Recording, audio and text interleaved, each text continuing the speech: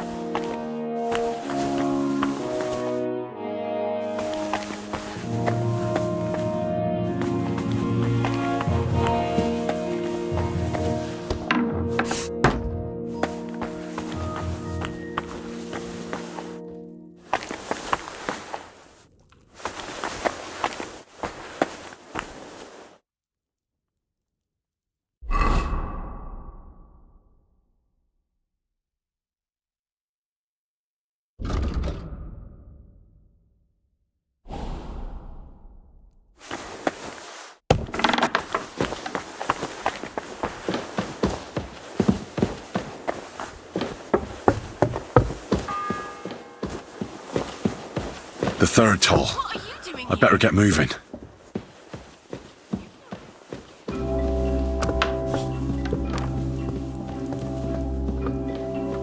You've got no business here.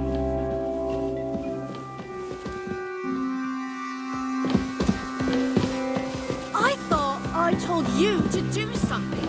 Go away.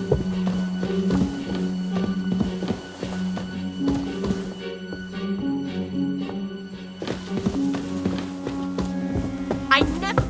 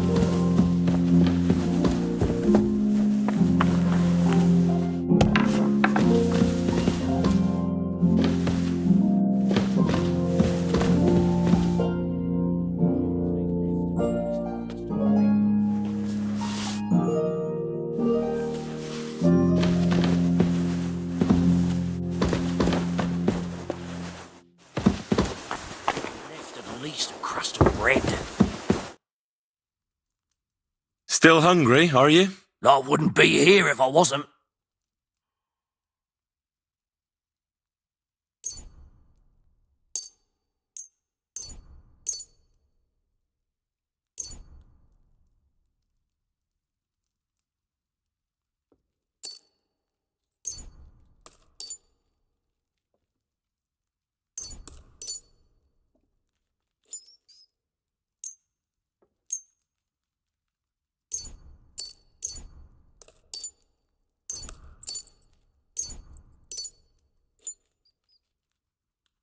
Thanks.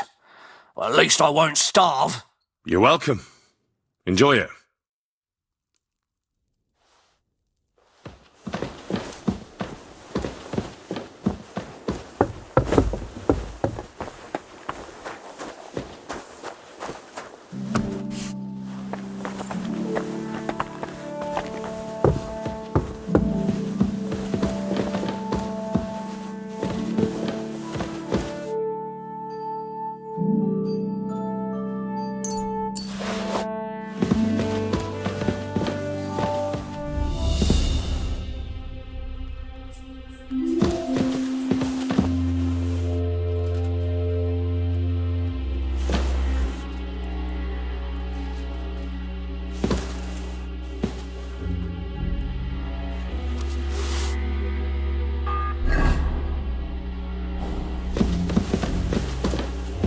Fourth bell.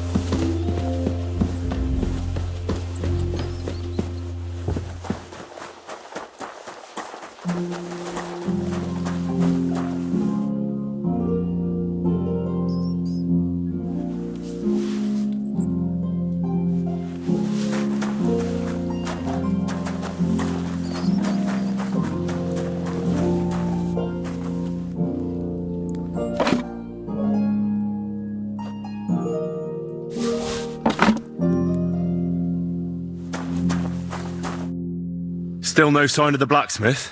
None at all. And if I can't get nothing baked for his lordship on account of him, it'll be a sorry day for the both of us.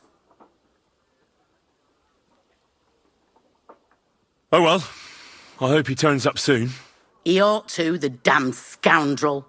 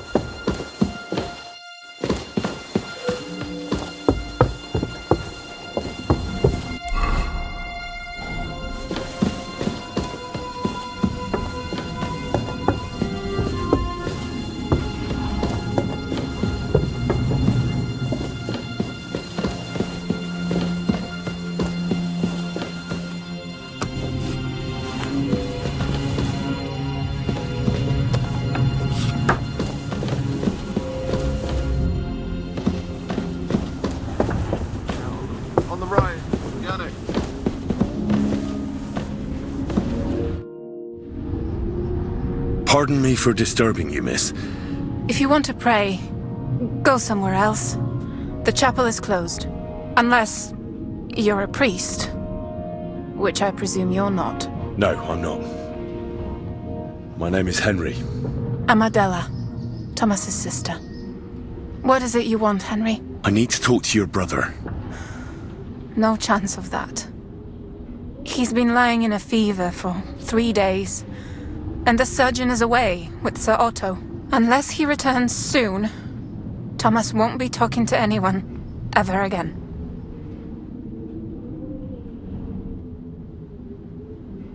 Oh, Christ. But this is a matter of life and death.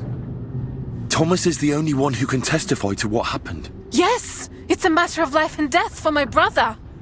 I want him to rest. Besides which, he's delirious and can't tell you anything. What actually happened to him? They were attacked by bandits by the pond. His mare, Arrow, brought him home. He was completely out of it. And little wonder, the way he was hacked up. If the surgeon was here, he'd be in his care. Some of his wounds have healed, but now he has a fever. He's been bedridden for 3 days. I'm sorry. Maybe I could help somehow? The only one who can help now is the priest. And I don't want to sound gloomy, but all he can do is pray too. Just the same as me. Where's the physician? He's with Lord von Berghoff. When Thomas started to get feverish, he left some concoction for him. He was only meant to be gone for a while. But it seems they got stuck somewhere. I don't know. Anyway, the concoction ran out, and we don't have any other physician here.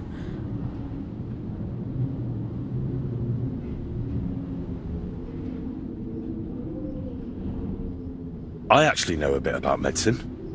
Really? You don't really look the part. All you have to do is tell me what's in it. If I knew that, I'd have brewed it myself. Not even our surgeon knows. He does everything according to his books.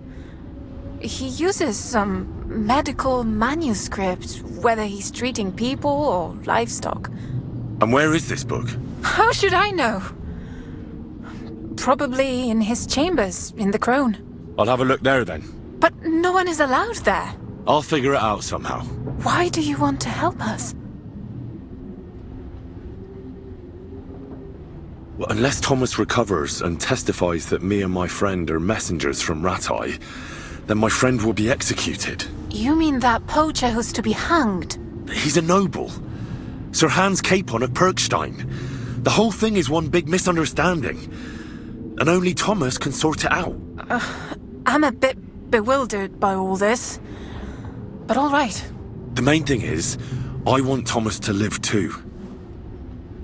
Yes, you're right. I'll get going then. I don't have much time, and neither does Thomas. Go. And thank you.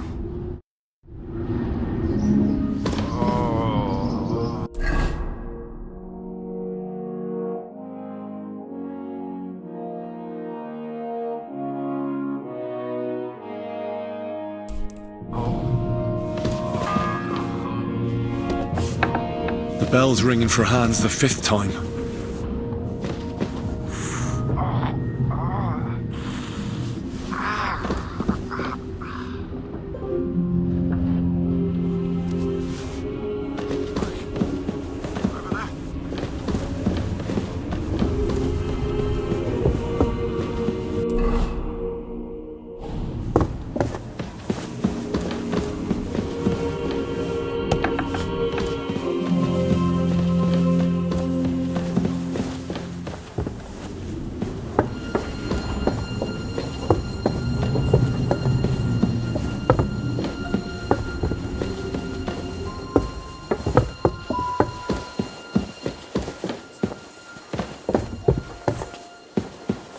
Bear it in mind, but I'm not going anywhere with you. Nothing. Give up now, or I'll call the guard.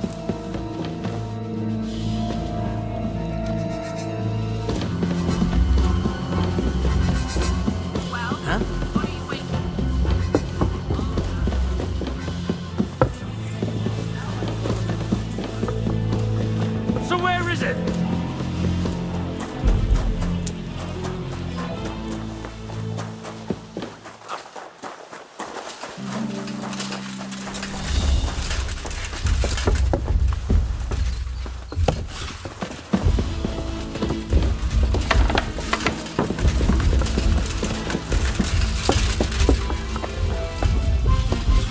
You should have yielded. Now we'll display your corpse on the I pillar. surrender!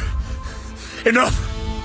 Felt like doing a bit of robbery, did you? Snooping around on other people's property like that? For now, you'll pay a fine. But if we find out there's anything missing, we'll charge you with theft.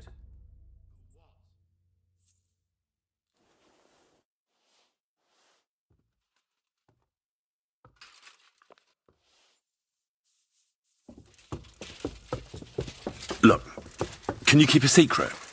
What are you talking about? What's secret? Look, we're both men, aren't we? Where are you going with this? You're testing my patience. It's like this. Yesterday, I met this pretty girl. She makes yarn. And you know what they say about girls who work with spinning wheels? No? What? They're really good in bed. That's a good one. Well, this yarn spinner, she was very afraid her mother would find out we planned on meeting. So she gives me these complicated directions on where to meet her. At high noon, I stood at the shadow of the tallest linden tree, and step by step, I set out. Then all of a sudden, I look around and realise I have no idea where I am. The girl's nowhere to be seen, and people are yelling at me. That girl made a right fool of me. That's what you get for thinking with your prick. Aye. I've had enough embarrassment for one lifetime. Can't we just let this one slide? All right, then. I'll turn a blind eye, just this once.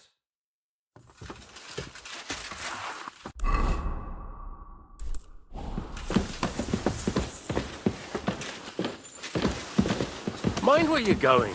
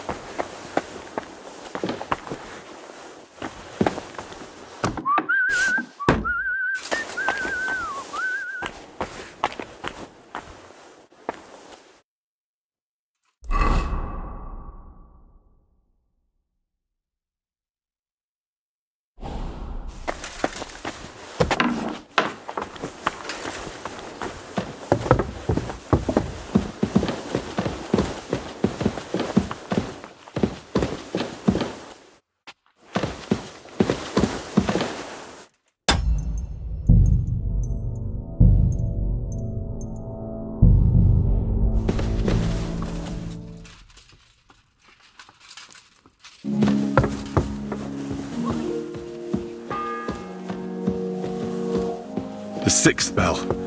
Half the time is up. You aren't allowed here. Right, so which idiot? You've no business here.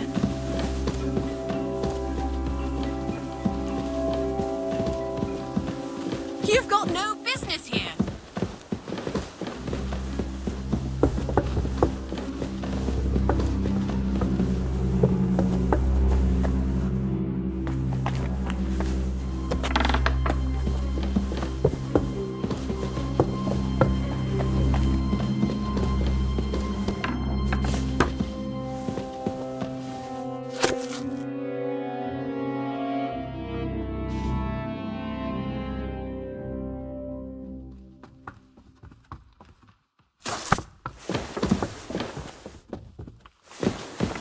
What are you doing here? You aren't allowed here! Hand over compensation, or I'll get the guards involved. Let's make a deal. What do you think you're doing here? Came to steal something, did you?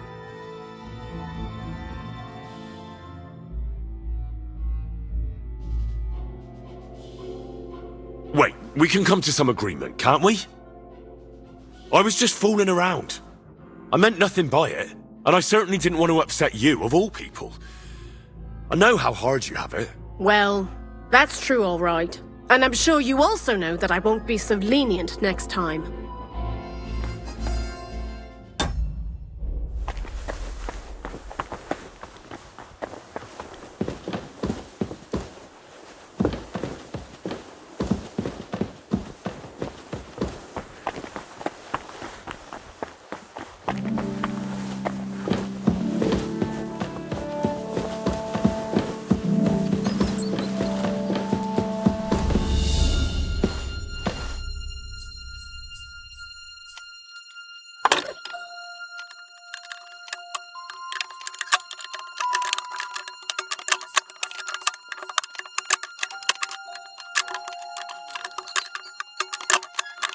Oh, damnation.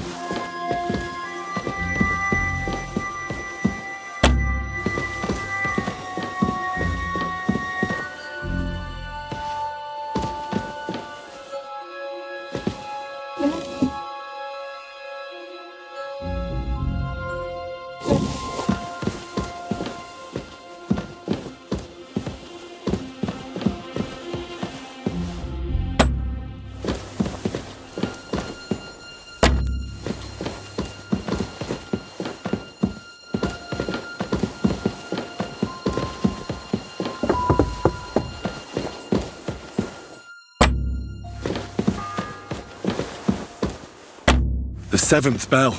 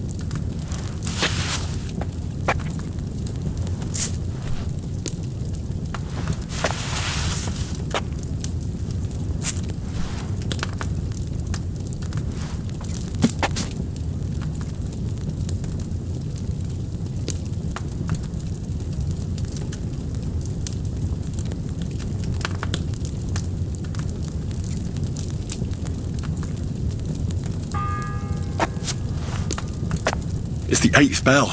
I need to hurry.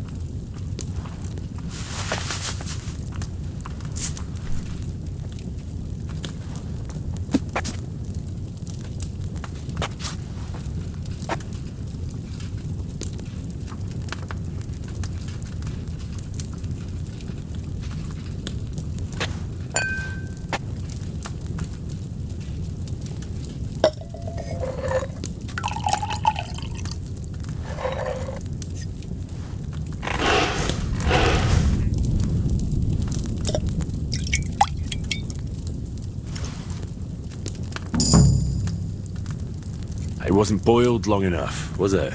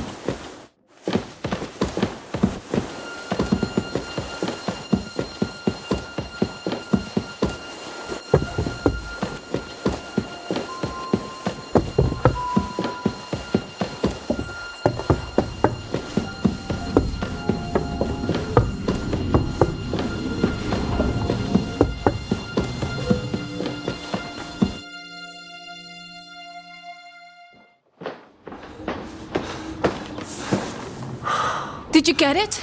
Yeah.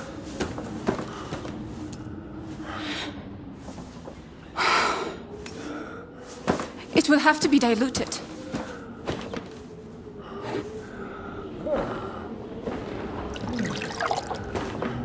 His fever is getting worse. If this doesn't work, I don't think he'll last long.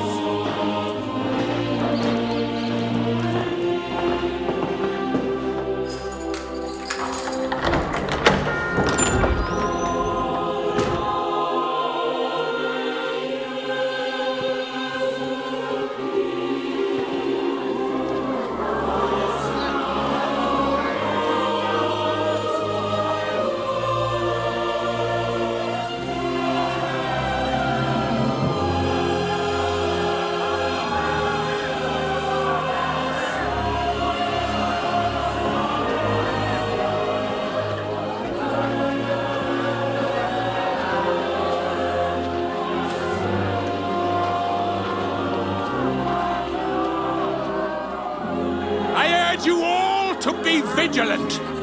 These days we have all sorts of vagabonds, drifters, outlaws and bandits roaming the country. And we have one of those vermin here today. A fella called Hans, who is clearly not right in the head. A dangerous madman, a brawler, and a thug, and worst of all, a poacher!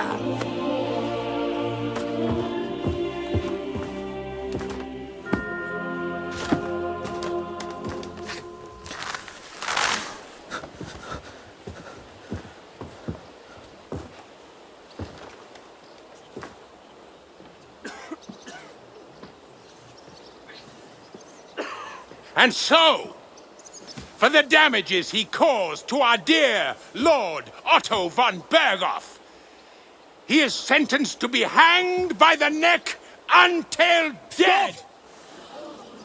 You can't execute this man. He's a noble.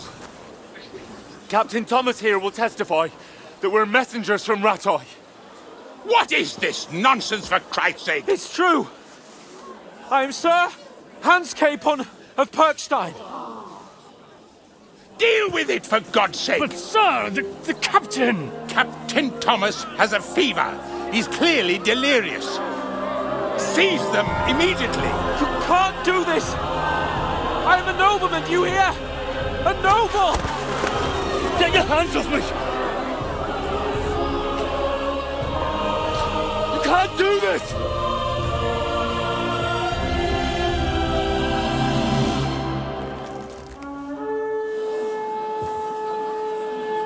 Open the gates!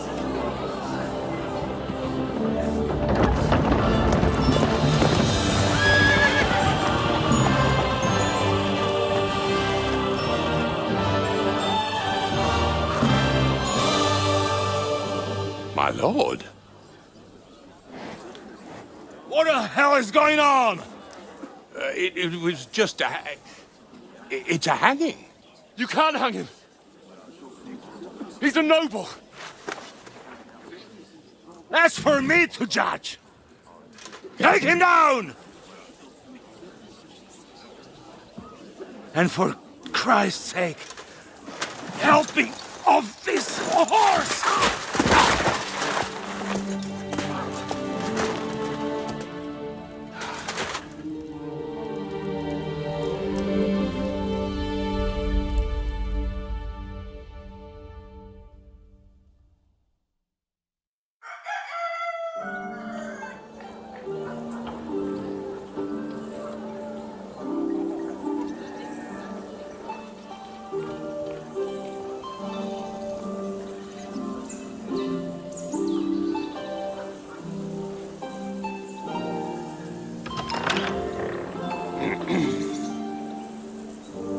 You may enter.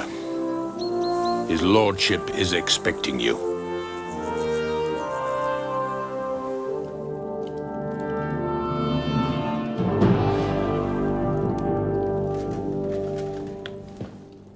So,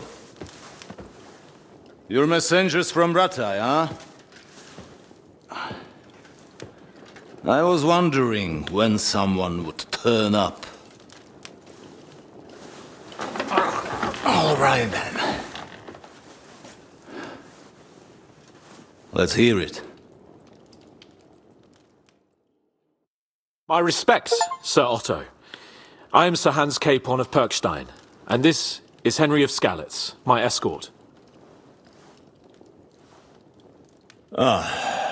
Welcome to Trotsky, gentlemen. I'd greet you standing up as befits, but I'm glad I can even sit at the moment. I heard you were ambushed by outlaws. You heard right. Those bastards did a job on me. And I got out luckier than most. Almost all the others were killed, including my page and my surgeon. So there is no one here to heal me, and I will have to inform poor Albert's father that his son died in my service. I hope your health will soon be restored, sir. We shall see. But now, you tell me what happened here in Herrgottsnamen. Why did my chamberlain try to hang you, Lord Capon? In truth, the welcome we got from your Master Chamberlain was somewhat... how shall I put it?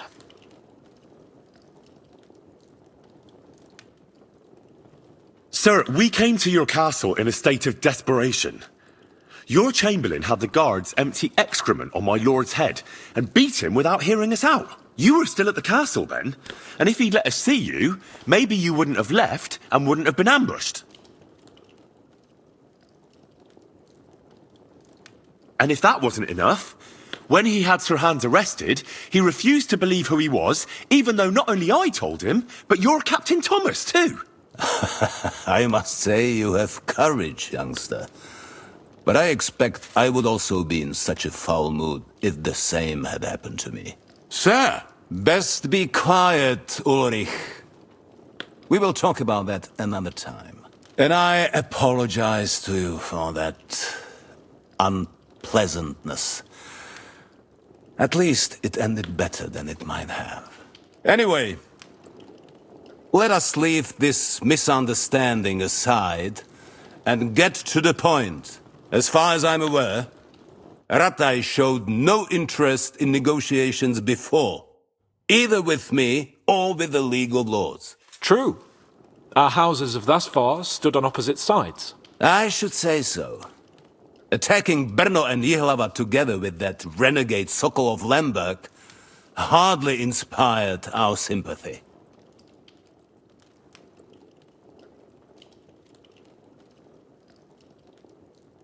But let us leave that aside.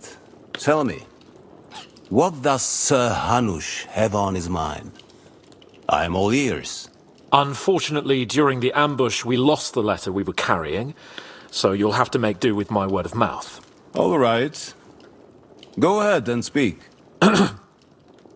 In brief, Sir Hanush, Sir Radzig, and other lords take the view that the situation has got out of control. And that's of no benefit to anyone in Bohemia, neither Wenceslas's supporters or the League of Lords. King Sigismund's actions will not lead to instilling greater order than under King Wenceslas. Quite the contrary. Let us say that maybe. What arises from it? Sir Hanush and the other lords on our side are interested in knowing what the stance of the League of Lords is at this moment, and whether they haven't perhaps reevaluated some things. In other words, whether I might betray Sigismund.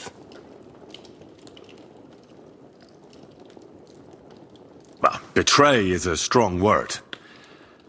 We came to you, Sir Otto, because you're the leading voice of the League of Lords. I expect there are also lords among your ranks who are considering how to find a way out of this sticky situation. And for the Kingdom of Bohemia, it would certainly be better if our powers were to join rather than parting. Your companion speaks like a diplomat, Sir Hans. However, the question is whether it's possible to join fire with water and end up with anything but nasty smoke. Nonetheless, Sir Hanush and Sir Radzig are right.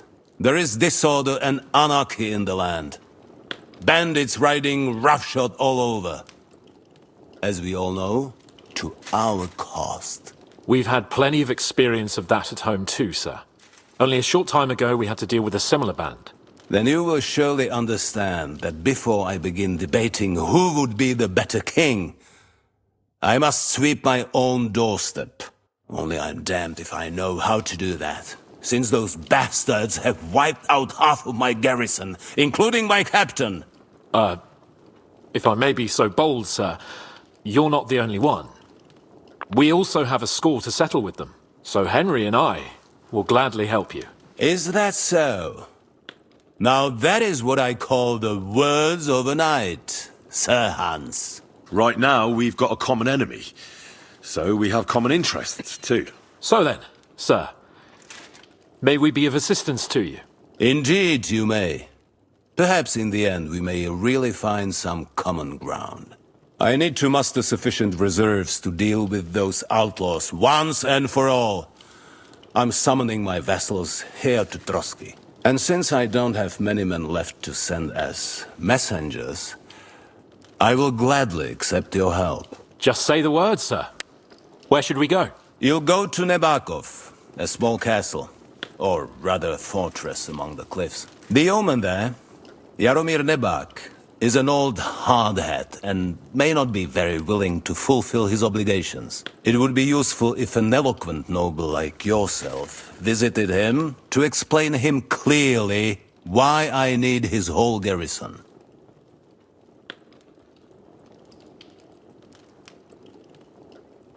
Who is this Lord Nebak?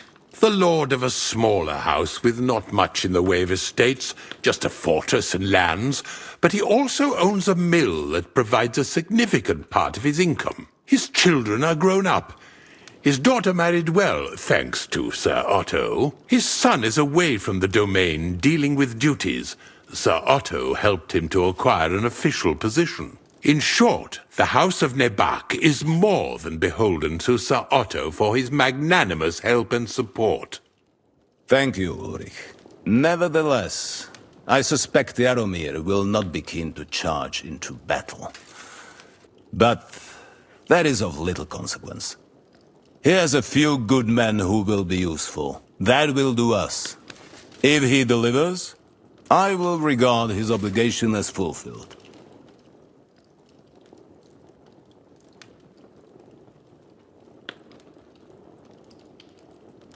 What should we do if he's unwilling to heed what we say? His house has always been loyal to mine. And it has always been more than worth their while. So tell him that I would like it to remain so. I do not expect any great obstacles, but it would be wise to show Sir Jaromir respect by sending him someone of status. He will take his time over being persuaded, and then concur, as he always has done. I'll get to him somehow, sir. I expect nothing less from you. Is the route safe? As I said, the fortress is in the wilderness amongst the cliffs. There are many places where outlaws may be hiding, so watch out. Don't worry, sir. I have Henry here by my side for such situations. Is that all, sir? It's no simple task. Knowing Jaromir, if I sent a common messenger, he'd come back with a boot print on his backside. Dealing with the lower nobility can be tricky. They tend to be fixated on their own somewhat fragile status. We'll take care of it, sir. Count on us. All right. We'll head out as soon as possible. Let's not delay our diplomatic mission unnecessarily. Very well. I think that is all for now. The Chamberlain will show you where you can put your heads down, and he will supply you with horses. And once we have resolved this little digression, we shall talk about your own mission. Thank you, sir. May I ask something, Sir Otto? Oh. Ask away, young man.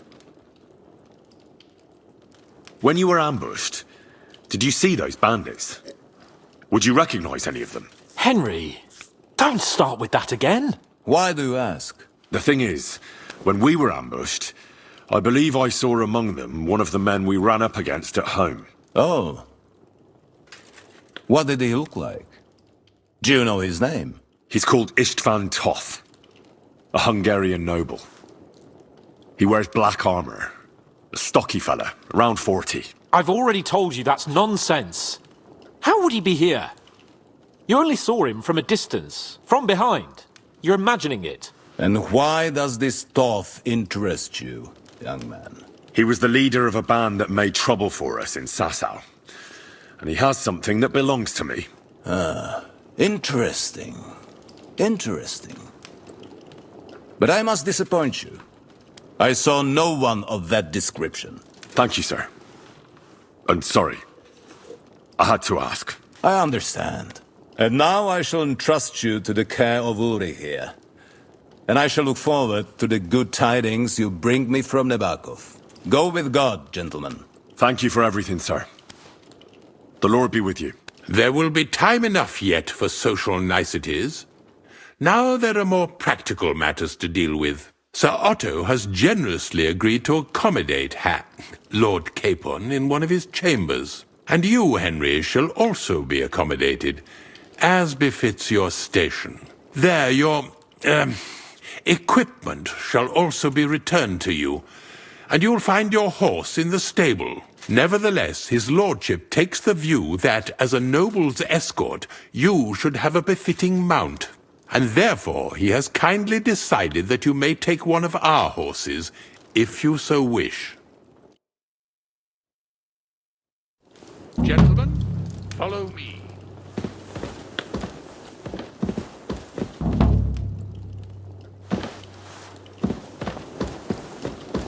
So, Sir Hans, allow me to... Hold on, Sir Ulrich. If you think everything is settled between us, and we're gonna act like nothing happened, then you're mistaken. Sir? You were going to have me executed a short while ago. I expect a proper apology. Then please accept my apology once more, sir. But given the circumstances... Given the circumstance?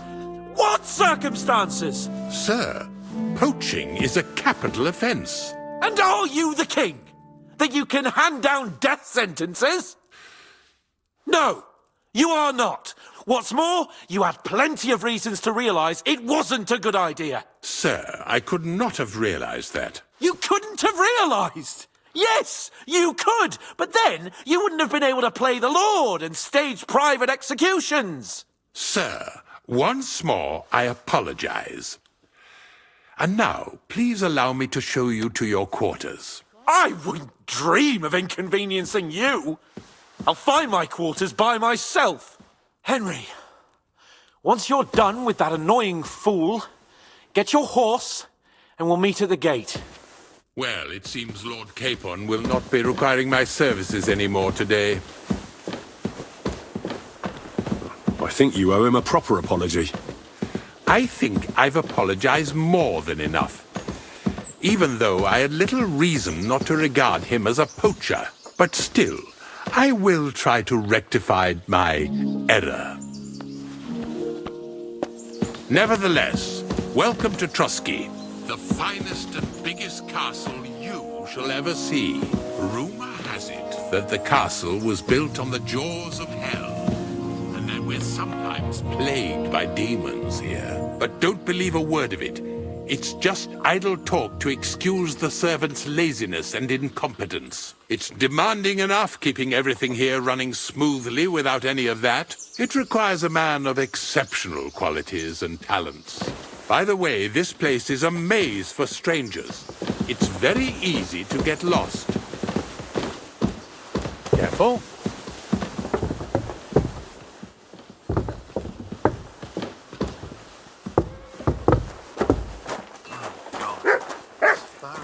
The jail cells are down there. But I believe you are already fairly well acquainted with that part of the castle, aren't you? Unless you're planning to accommodate me in the dungeons, I'm not interested. Be at ease, we're almost there.